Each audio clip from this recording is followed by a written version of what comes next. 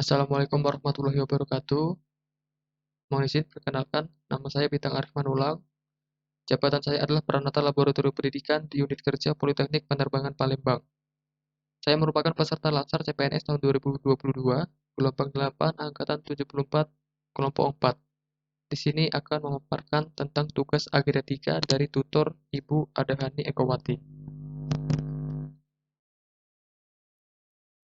Di agenda 3 ini berisikan mengenai identifikasi dan analisa isu di Unit Politeknik Penerbangan Palembang, di mana saya sudah menemukan 3 isu utama yang akan saya paparkan.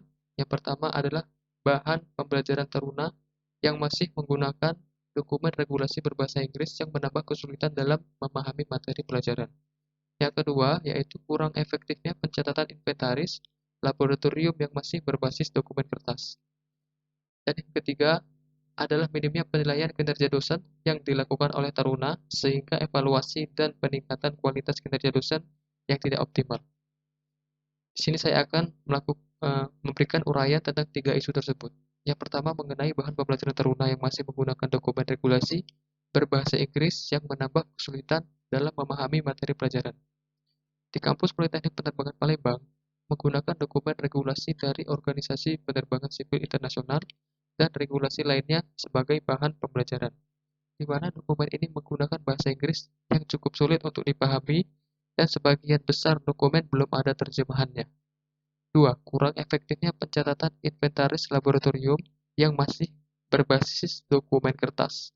Di unit Politeknik Penerbangan Palembang masih menggunakan logbook sebagai sarana pencatatan inventaris laboratorium yang mana akan sulit untuk diakses secara massal dan kurang sustainable dikarenakan bentuknya dalam kertas dan bukan dokumen elektronik. Yang ketiga adalah minimnya penilaian kinerja dosen yang dilakukan oleh taruna sehingga evaluasi dan peningkatan kualitas kinerja dosen tidak optimal. Di unit Politeknik Penerbangan Palembang belum memiliki metode berbentuk digital dalam masalah pembuatan penilaian performa dosen. Berikutnya adalah mengenai dampak isu. Yang pertama akan saya jelaskan mengenai dampak isu mengenai masalah 1, yaitu mengenai bahan pembelajaran taruna yang masih menggunakan dokumen berbahasa Inggris. Yang pertama adalah isu masalah yang sudah terjadi, yaitu 1. Taruna mengalami kesulitan dalam memahami materi pembelajaran.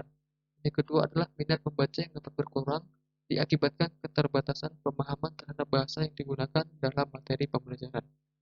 Setelah itu ada masalah yang mungkin terjadi, yaitu yang pertama adalah kemampuan akademik lulusan taruna yang tidak akan maksimal.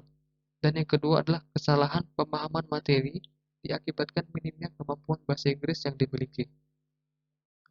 Untuk dampak isu masalah kedua ya, mengenai kurang efektifnya pencatatan inventaris laboratorium yang masih berbasis dokumen kertas, yaitu yang pertama masalah yang sudah terjadi yaitu catatan inventaris lebih rentan untuk hilang dan akses terhadap inventaris yang terbatas. Untuk masalah yang akan terjadi yaitu akan terjadi kesulitan apabila terjadi audit pengecekan alat yang mendadak dikarenakan akses data catatan yang terbatas hanya dalam sebuah bentuk dokumen kertas yang tidak dapat diakses secara online dan oleh orang banyak. Untuk dampak isu yang ketiga mengenai minimnya penilaian kinerja dosen yang dilakukan oleh taruna, yaitu yang pertama mengenai masalah yang sudah terjadi, yaitu tenaga pengajar akan kurang mengetahui penilaian atas kinerja mereka, sehingga sulit untuk melakukan evaluasi dan peningkatan kualitas. Yang kedua, untuk masalah yang akan terjadi yaitu kualitas tenaga pengajar yang kurang terevaluasi akan menyebabkan kinerja tenaga pendidik yang kurang berkembang dan dapat berakibat pada berkurangnya efisiensi belajar taruna. Nah, dari 3 masalah utama tersebut, dilakukan tapisan isu untuk mendapatkan satu isu yang paling penting. Saya menggunakan metode APKL dengan skala penilaian maksimal 5 poin untuk setiap penilaian. Berikut adalah tabelnya. Yang pertama kita lihat masalah pertama memiliki nilai total 18, yaitu dari masalah aktual dapat poin 4, problematik 5, kelayakan 5, dan layak 4. Untuk problem yang kedua hanya mendapatkan total poin 15 dan masalah yang ketiga mendapatkan total poin 16. Dari data di samping, kita dapati satu isu yang akan dianalisa dan didapatkan gagasan kreatifnya, yaitu masalah pertama. Alasan mengapa isu pertama mendapat nilai tertinggi dikarenakan dari segi kekhalayakan, isu ini mempengaruhi khalayak terbanyak, yaitu seluruh taruna. Begitu juga dari segi problematik, isu ini mendapat 5 poin atau nilai yang maksimal karena isu ini menyangkut masalah pendidikan taruna secara langsung. Analisa isu. Untuk metode analisa yang akan saya gunakan adalah analisa SWOT sebagai berikut, yang mana terdiri dari strength, weakness, opportunity, dan threat. Di mana strength dalam isu ini adalah bahan pembelajaran yang berbasis bahasa Inggris merupakan dokumen regulasi internasional yang dapat digunakan di mana saja, sehingga taruna yang memahami materi pembelajaran tersebut dapat menggunakan ilmunya dalam taraf internasional.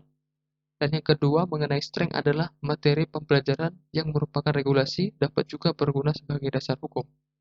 Sedangkan weakness yang kita dapati adalah bahan pembelajaran yang berbahasa Inggris ini sulit dipahami.